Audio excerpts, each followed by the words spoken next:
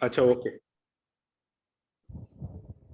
चलो, thank you very much Asif, Yasir Mustajab and Asif Iqbal for joining this session. अच्छा, मैं करता इस तरह से हूँ कि थोड़ा सा जो है ना आपको नेक्स्ट 10 मिनट्स में थोड़ा ब्रीफ कर देता हूँ about my professional background and achievements.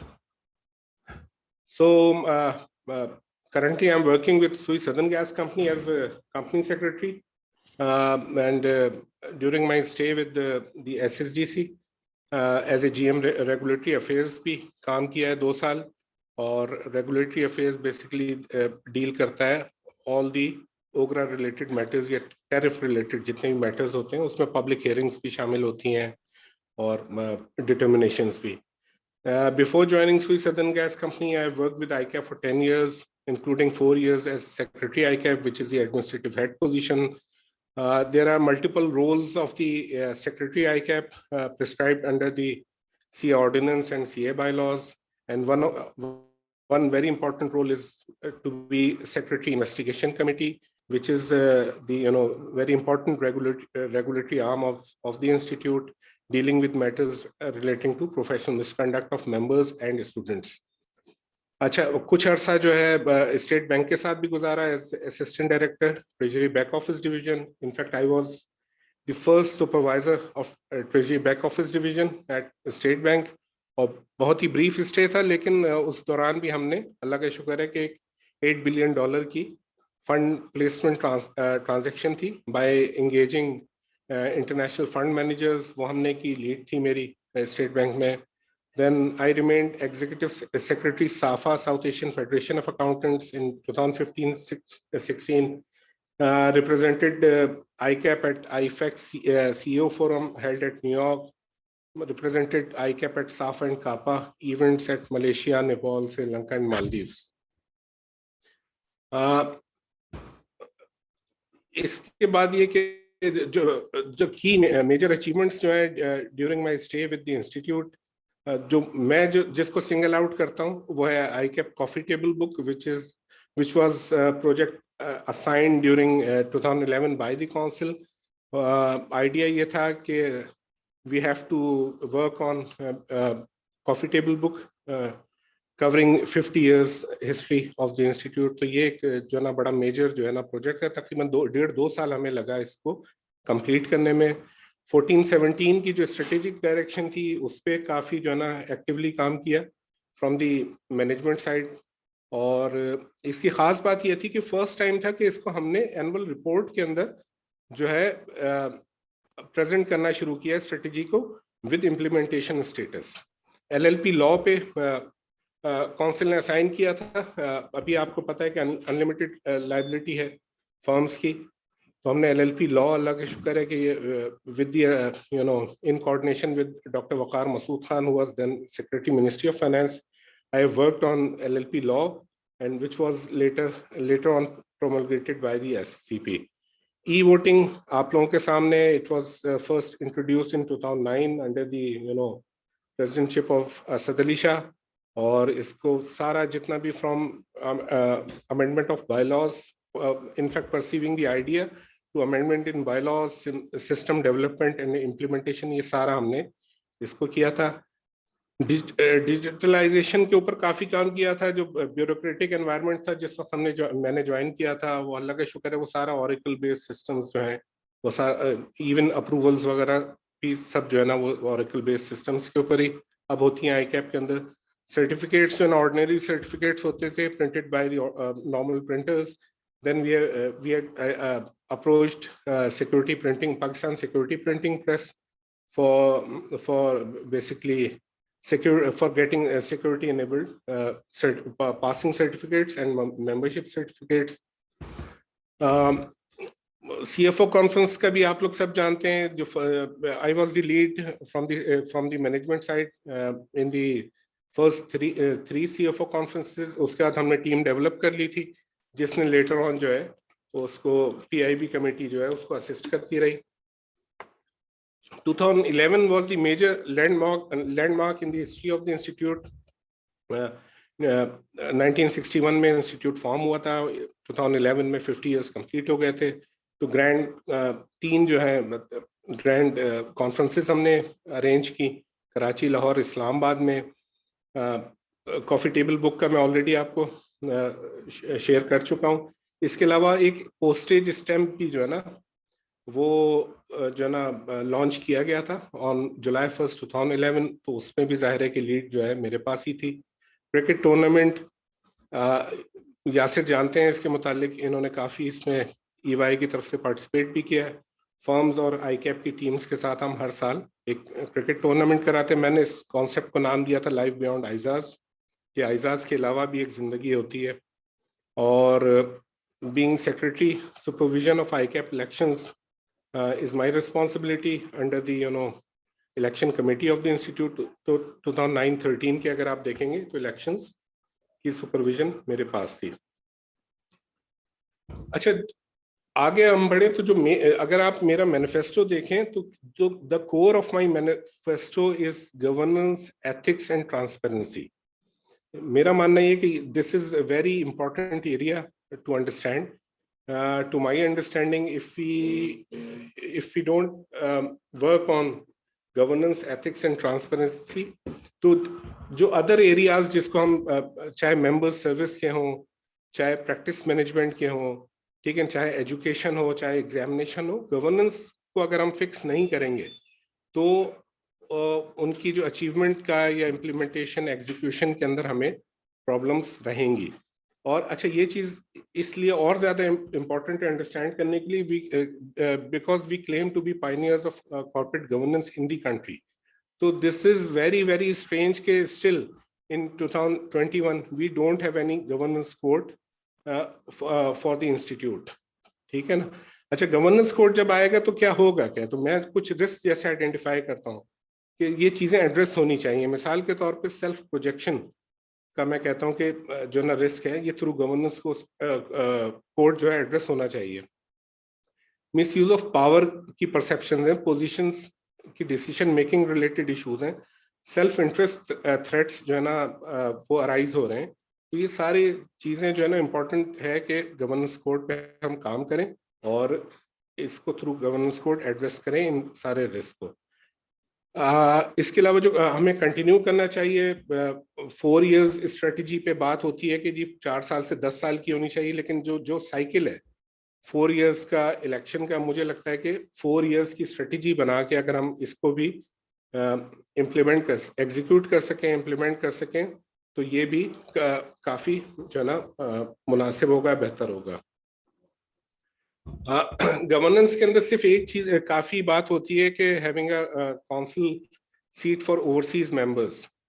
We all know that this is dependent upon the revision of in the C ordinance.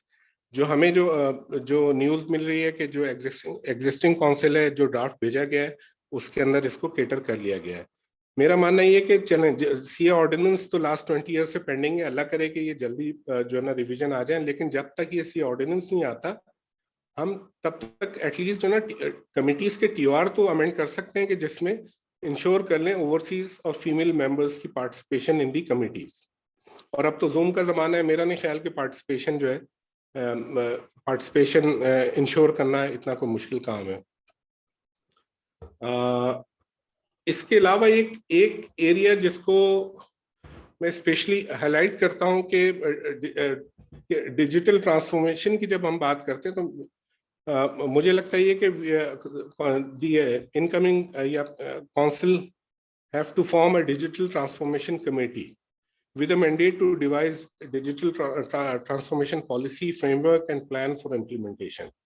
इसके अंदर हमें ज़ाहिर एंगेज करना पड़ेगा ऐसे मेंबर्स को जो कि इस एरिया के अंदर जिनकी एक्सपर्टीज है। तो ये डिजिटल, और इसके अलावा इसके साथ साथ जो है ना वर्क फ्रॉम होम मेथोडोलॉजी भी मेरे ख्याल से इंट्रोड्यूस करानी चाहिए।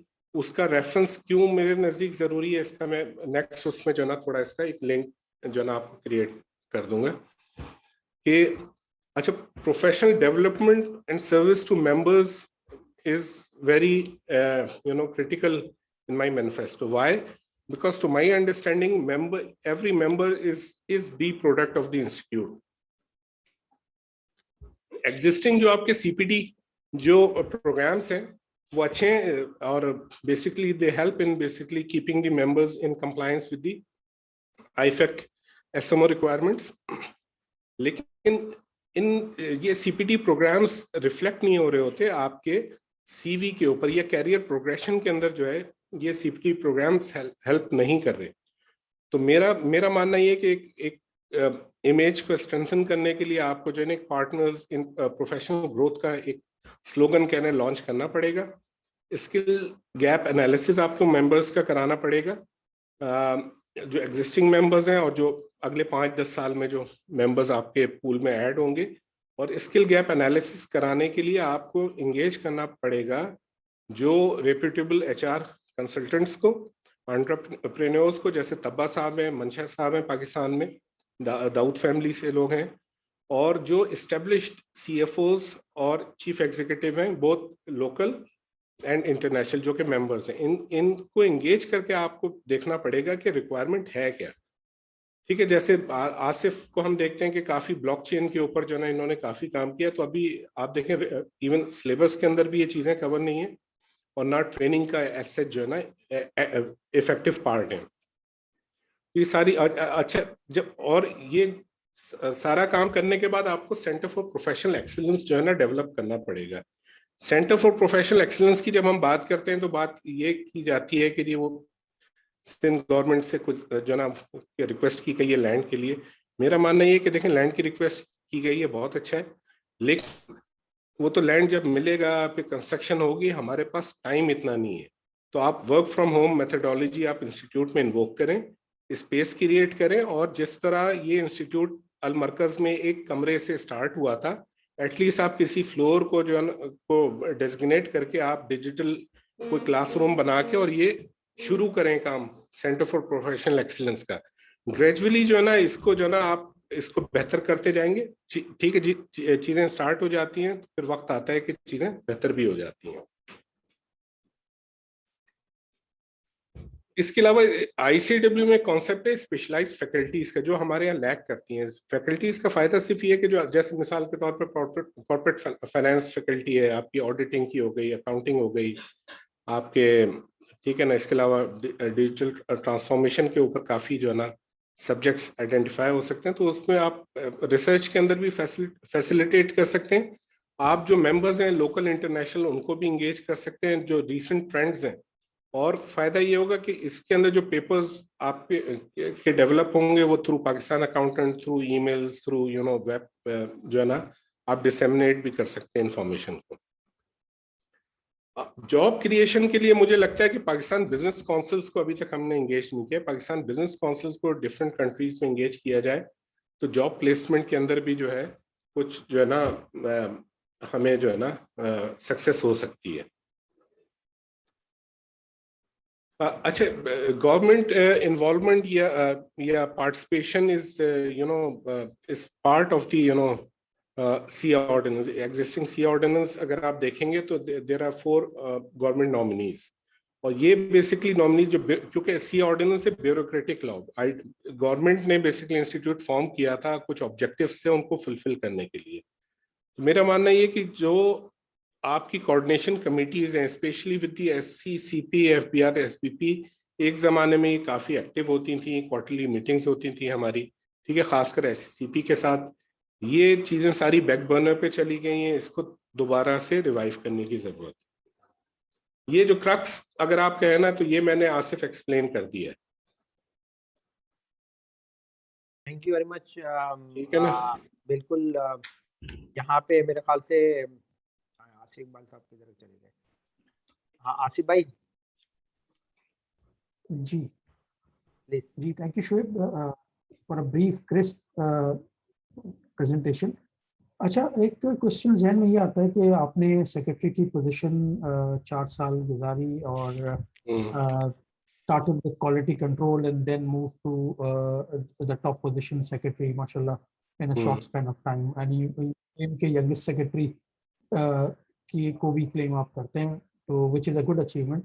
अच्छा, अब क्योंकि आप कंटेस्ट कर रहे हैं ऑन द अदर साइड और लास्ट इलेक्शन भी कंटेस्ट किए थे, तो डोंट यू फील के level playing field existing council members को और नए जो कंटेस्टेंट्स होते हैं उनको लेवल प्लेइंग फील्ड नहीं मिलती है? उनको जो एक प्लेटफॉर्म अवेलेबल होता है, मतलब काफी जगहों पे जो है ना, आप भी फेस कर रहे होगे, बाकी कंटेस्टेंट्स ने भी मुझसे कहा है कि उनको एक एग्जिस्टिंग काउंसिल मेंबर्स को एक एज मिलता है। ठीक है, वो एक ऑलरेडी सर्विंग है, लेकिन आपने कभी अपने टर्म में एज अ सेक्रेटरी कुछ इन लाइंस पे सोचा कि कोई ऐसी इंटरिम सेटअप हो जो एग्जिस्टिंग काउंसिल मेंबर्स उसमें सारे पावर्स रिलिक्विश करके सबको एक लेवल प्लेइंग फील्ड मिले? इस पे कोई बात हुई कभी? नहीं, आज सब इसके ऊपर जो है ना, जो मेरा पीरियड है between 2006 to 2015, the council never indulged in basically discussing on the election reforms, but this is part of my current manifesto, जो अगर आप देखेंगे तो इसके अंदर मैंने हाईलाइट किया है। देखिए, सिविलाइज्ड सोसाइटीज के अंदर जो है ना, जो एग्जीक्यूटिव पावर्स हैं वो सारी वंस इलेक्शन अनाउंस हो जाते हैं और इलेक्शन कमेटी फॉर्म हो जाती है तो वो एग्जीक्यूटिव पावर्स सारे खत्म हो जाते हैं। तो बहुत सी चीजें हैं, ट्रांसपेरेंसी के हमने इलेक्शन कैंपेन जब स्टार्ट हुई तो कुछ इश्यूज जो है ना हमें आइडेंटिफाई हुआ, तो मुझे लगता है इलेक्शन रिफॉर्म्स के ऊपर जो है ना, और इसके ऊपर तो बेस्ट प्रैक्टिसेस सारी मौजूद हैं, इवन पाकिस्तान के एनवायरनमेंट में भी देखेंगे तो चीजें मौजूद हैं। आपकी आवाज नहीं आ रही आसिफ? नहीं, जी जी, आप बोले, कंटिन्यू करें। हाँ, तो this is part of my manifesto, ये क्या कहते हैं, reforms in the election process. तो इसको जो है ना मुझे लगता है एक दफा होलिस्टिकली देख लेना चाहिए, और जब से जितनी मुझे थोड़ी बहुत अंडरस्टैंडिंग है ऑर्डिनेंस की और बायलॉज की, इलेक्शन रिफॉर्म्स के ऊपर जो है ना एज सच हमने कभी भी कोई काम नहीं किया है, except for the when we have introduced this concept of e-voting in 2009. At that time, we have amended the bylaws relating to the election process. Otherwise, जो है ना कोई काम नहीं है, या recent उसमें जिसके अंदर जो है ना कुछ changes further जो है ना again e-voting related bylaws के अंदर किए हैं existing council। ठीक है, थैंक यू। हाँ जी, अशरफ भाई।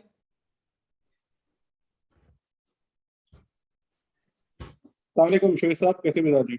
वालेकुम अस्सलाम अशरफ भाई, क्या हाल है? अल्लाह का शुक्र है, शुक्रिया बहुत बहुत।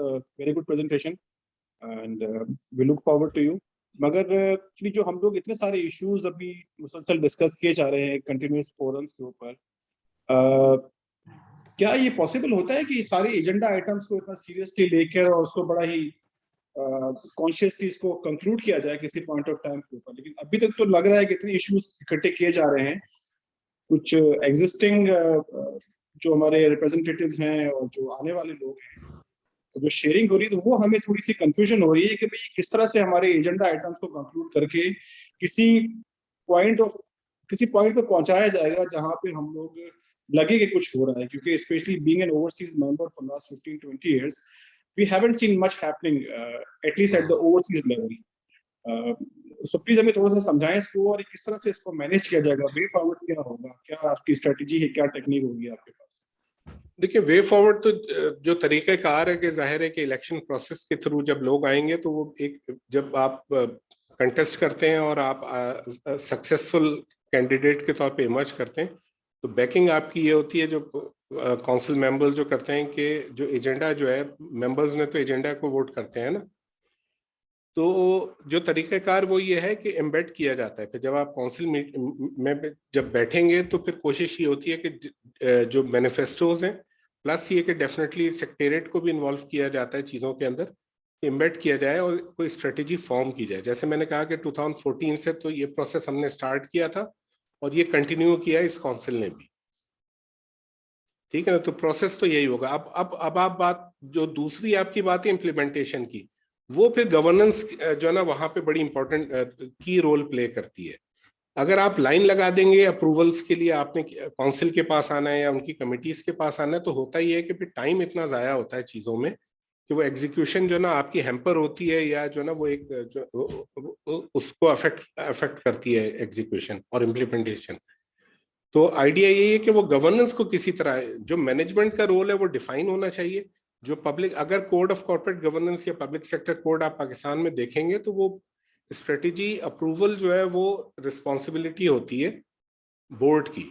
तो इसी तरह का कॉन्सेप्ट आपको लाना पड़ेगा। काउंसिल का काम होना चाहिए इंश्योर करना, जो ओवरसाइट है स्ट्रेटेजी इम्प्लीमेंटेशन की, काउंसिल का सिर्फ उस हद तक ही काम होना चाहिए, और परफॉर्मेंस असेसमेंट होनी चाहिए सीनियर मैनेजमेंट की। ठीक है ना। अगर आप मीटिंग के एजेंडा में देखें जाके, तो मैं सेक्रेटरी रहा हूं, मुझे पता है ना कि 3-3 दिन मीटिंग्स होती हैं। एक कैंडिडेट से मेरी बात हो रही थी तो उसको मैंने यही कहा कि यार जिस दिन ये काउंसिल मीटिंग जो है ना 4-6 घंटे में खत्म होने लगेगी ना, चीजें मूव करनी शुरू हो जाएंगी। ये 3-3 दिन जब आप मीटिंग करते हैं ना, तो इसमें बड़ा मुश्किल हो जाता है चीजों को लेके चलना। ठीक है, थैंक यू। हमारी बारी तो 6 महीने में नहीं आई थी भाई एक एजेंडे की। मैं वही अब काउंसिल मीटिंग में एक एजेंडे की। अच्छा, आपका ताल्लुक क्योंकि रहा है, आप सेक्रेटरी भी रहे हैं और पास सेक्रेटरी रहे, तो हमारा क्वेश्चन आपसे है जो करंट प्रॉब्लम है, ठीक है। आप ये देख रहे हैं कि पिछले इलेक्शन में जो हाईलाइट है, लेकिन उससे पहले भी ये प्रॉब्लम चल रही थी कि आई कैप, क्योंकि मैं आपको अब बताऊं कि 1-to-1 भी मेरी बात हुई है, आई कैप के अंदर बहुत सारी चीज़ें इन्वेस्टिगेशन के लिए आती हैं और जो है वो प्रेजेंट होती हैं, और जब सवाल पूछा जाता है कि भाई इन्वेस्टिगेशन क्या, बोले वो क्लोज हो गई, ठीक है। और जब इन्वेस्टिगेशन क्लोज होती है तो जो जिस तरीके से मैंने अगर कोई एप्लीकेशन फाइल करी है, ठीक है, तो मेरे पास ना लेटर आता है कि आपकी इन्वेस्टिगेशन क्लोज हो गई और किस वजह से क्लोज हुई, ठीक है, ना मेरे साथ जो लोग नॉमिनी थे जिन्होंने एप्लीकेशन जमा कराई उनके पास आता है कि भाई कि आप एप्लीकेशन के। तो इसका मतलब ये है कि सिर्फ और सिर्फ आई कैप के अंदर, क्योंकि मैं आई कैप खुद मेंबर हूँ, ये खानापूरी है, ठीक है। इस और ये जब तक ये खानापूरी चलती रहेगी, इसका मतलब ये है कि आप जो चाहे दिल चाहे करते रहें, ठीक है। और जब उनसे पूछा जाए कि भाई इन्वेस्टिगेशन को, बोले यार इन्वेस्टिगेशन हम नोटिस देते हैं, लोग कोर्ट में चले जाते हैं, तो हम क्या करें। तो इसका क्या हल क्या है, जब तक कि कभी कहीं ना कहीं तो स्टैंड लेना पड़ेगा इसका। तो आप एक कैंडिडेट है काउंसिल मेंबर के लिए, जो कि सेक्रेटरी भी रह चुके हैं, तो आपके यानी कि आपके ख्याल में क्या इसका हल है? लेकिन दो तीन चीजें। पहली बात, जहां तक आपने लेटर की बात की ना कि क्लोजर का जो ना लेटर नहीं रिसीव होता, ये तो मुझे लगता है प्रोसेस के अंदर कुछ इशू है। अदरवाइज जब हम बात करते हैं ना कि इन्वेस्टिगेशन, आई कैप में investigation committee has the powers of civil court under the law. तो जब ये प्योर लीगल प्रोसीडिंग्स है, और लीगल प्रोसीडिंग्स इस तरह हवाई कुछ भी नहीं चल सकती। आप लीगल जो है ना नोटिस इशू भी करते हैं, ठीक है, और कंक्लूजन पे भी आपको इंटीमेट करना पड़ता है तमाम पार्टीज को, और यही प्रैक्टिस कम से कम 2015 तक तो हम फॉलो करते रहे। अब बात का क्या प्रोसेस है ये देखना पड़ेगा। दूसरी चीज, जो इन्वेस्टिगेशन के एरिया में अगर आप कहें ना रिफॉर्म के पॉइंट ऑफ व्यू से, तो रियल इन्वेस्टिगेशन स्टार्ट होती है once investigation committee decide to issue show cause notice to the member और स्टूडेंट। अच्छा, उससे पहले ये इन्वेस्टिगेशन कमेटी में प्रेजेंट होता रहता है, और 6 महीने साल तो इसी में निकल जाते हैं कि जी ये फिट केस है प्रोफेशनल मिसकंडक्ट का या नहीं। मेरा मानना ये है कि जो इनिशियल फैक्ट फाइंडिंग है ये तो आपको डेलीगेट कर देनी चाहिए सेक्रेटेरिएट को, कि जब कंप्लेंट आए, क्योंकि सेक्रेटेरिएट को डिसाइड नहीं कर रहा है, सेक्रेटेरिएट सिर्फ जो ना इंफॉर्मेशन सीख करेगा, ठीक है ना। तो ये इस तरह की भी चीजें, काम जो है ना इन्वेस्टिगेशन के अंदर जो है किए जा सकते हैं। उससे होगा ये कि अभी जो 1.5-2 साल जो केस चलता है वो अगले 6-7-8 महीने के अंदर आप रिजॉल्व कर सकते हैं, कंक्लूड कर सकते हैं। अभी आप रिपोर्ट अगर देखें तो साल में 6-8 केसेस भी डिसाइड नहीं होते हैं इन्वेस्टिगेशन के। तो देखिए ना, उसकी वजह से इतनी पैथेटिक है कि इसकी वजह से ये अशरफ भाई आप प्लीज। नहीं शोएब भाई, आपकी बात बिल्कुल सही है, लेकिन मेरी आवाज आ रही है क्या? जी जी बिल्कुल साफ। अच्छा शोएब साहब, आपकी बात बिल्कुल सही है, और जो आपके एक्सपीरियंसेस रहे होंगे, तल्ख भी रहे होंगे, अच्छे भी रहे होंगे, लेकिन जब हम लोग बात करते हैं आईकैप के एक प्रोफेशनल इंस्टीट्यूट की, तो प्रैक्टिसेस किसी बंदे की जाने से चेंज नहीं होनी चाहिए, बल्कि कोई केपीआई तो होना चाहिए ना बोर्ड का, कि भैया आपका काउंसिल काम करेंगे, उसका केपीआई क्या है, वो उसके बारे में तो हमें नहीं पता। हमें हर साल एक रिपोर्ट भेजी जाती है, ऑडिटेड फाइनेंशियल भेज दिए जाते हैं। कभी कभी बड़े लिमिटेड टाइम के ऊपर हमें कहीं के मिनट्स में मीटिंग नजर आते हैं, उसके अंदर भी हमेशा हमारे लिए प्रॉब्लम ही रहा है कि सुनने में आता है कि कुछ मिनट्स नहीं शेयर किए गए। वल्लाह आलम, चलो इस बात पे नहीं जाते हम लोग। लेकिन बंदे के जाने से अगर कोई प्रैक्टिसेस चेंज हो रही हैं और डिले आ रहे हैं, तो I think there is a big time issue in the functionality of the बिल्कुल आईकैप कमिटीज। और वो मेरे ख्याल से जो भी अभी जो रिप्रेजेंटेटिव्स अपने आप को कॉन्टेस्ट के लिए रिप्रेजेंट करने के कर रहे हैं, उनका केपीआई बनना चाहिए ये वाला कि भाई उनसे सवाल हो ये आने वाले। अशरफ भाई, जब गवर्नेंस कोड आएगा ना तो परफॉर्मेंस इवैल्यूएशन सिर्फ स्टाफ की नहीं होगी, उसके अंदर परफॉर्मेंस इवैल्यूएशन जो है कमिटीज की भी होती है, उसके अंदर इवन काउंसिल की भी परफॉर्मेंस इवैल्यूएशन होती है। ठीक है, ये गवर्नेंस कोड के अंदर ये सारी चीजें शामिल है। मैं एसएसडीसी में हूँ, मेरे पब्लिक सेक्टर कोड में बोर्ड की भी परफॉर्मेंस इवैल्यूएशन शामिल है। तो ये सारी चीजें जो ना, इसीलिए जो फोकस है आप देखें ना, जो अम्ब्रेला मेरा मैनिफेस्टो में अम्ब्रेला मैंने दी है गवर्नेंस की, और मैं बार बार जहां भी जाता हूँ गवर्नेंस ठीक नहीं करेंगे, ठीक है, जब तक Shoaib Ahmed being a council member, Allah करे, अकाउंटेबल अपने आप को नहीं करेगा ना, जब तक कुछ भी नहीं होने वाला। ये सिर्फ हमारी बातें जो ना इस तरह के फोरम्स पे या ये थिंक टैंक पे हम बड़ी बड़ी बातें करेंगे, होगा कुछ भी नहीं। Yasir, time is short. या सरमत खान जी सवाल सरमत जो है ना काउंसिल में जो है ना डिसीजन मेकिंग साइड पे वक्त गुजार के आए जरा। हाँ जी, सवाल पूछे जी सरमत साहब आप। अभी साहब का अस्सलाम वालेकुम शुएब साहब और सारे मेंबर्स का माशाल्लाह। शुएब साहब का मैं खुद पर्सनली वाउच करूंगा। मैं जब काउंसिल में था माशाल्लाह शुएब साहब उस वक्त हमारे सेक्रेटरी थे। शुएब साहब एक तरह से इंसाइक्लोपीडिया है और मुझे अच्छी तरह से याद है हमारी मीटिंग्स में जब डिस्कशन होता था तो शुएब साहब वाहिद थे जो सेक्रेटेरिएट से थे जिनको हर चीज ऑन द टिप्स होती थी। कोई भी पॉइंट डिस्कशन होता, he was a very valuable resource of ICAP. और माशाल्लाह इन्होंने आईकैप को मतलब पूरा देखा हुआ है, समझा हुआ है, उनका नॉलेज और बेस और एक्सपीरियंस माशाल्लाह बहुत अच्छा है। मैं हमेशा इनकी सपोर्ट करता हूं और करता रहूंगा, आगे भी हम करेंगे। और मेरा क्वेश्चन शुएब साहब से ये है, शुएब साहब को अच्छी तरह से पता है कि आईकैप की काउंसिल किस तरह ऑपरेट होती है क्या नहीं। खैर उस पर हम नहीं जाते, गवर्नेंस की बात इन्होंने ठीक की कि ये गवर्नेंस की इम्प्रूवमेंट होनी चाहिए। मेरा इनसे क्वेश्चन जो है स्पेसिफिक है वो है ओवरसीज मेंबर्स के बारे में कि उसको ये कैसे टैकल करो। मैं खुद भी चेयरमैन ओवरसीज कोऑर्डिनेशन कमेटी 2 साल रहा था। कोशिश हम लोगों ने भी की पर उसको सही प्रॉपर्ली हम भी उसको प्रॉपर्ली मैनेज नहीं कर सके। मेरा इनसे क्वेश्चन ये है कि ओवरसीज काउंसिल की अभी हम काफी डिस्कशंस पे सुन रहे हैं, मेंबर्स डिस्कस कर रहे हैं कि भाई एक नॉर्थ की सीट एक साउथ की सीट, ओवरसीज के 2-3 काउंसिल मेंबर होने चाहिए। मगर बात ये है कि ये काम होना चाहिए पर ये कैसे होगा गवर्नेंस में। शुएब साहब से मैं ये समझना चाह रहा हूँ कि उनका क्या व्यू है कि ओवरसीज मेंबर्स को अगर काउंसिल में लाएं तो किस मैकेनिज्म और किस प्रोसेस के थ्रू वो लाया जा सकता है, क्योंकि आप एक तरह से हमारा आईकैप के ऑर्डिनेंस पर अथॉरिटी और आप एक हाफिज है हमारे आईकैप के सारे मैटर्स के। तो ये लिमिटेशन तो ऐसी है, ऑर्डिनेंस की जो बात होती है ना, लिमिटेशन तो है, इस के अंदर तो नहीं किया जा सकता।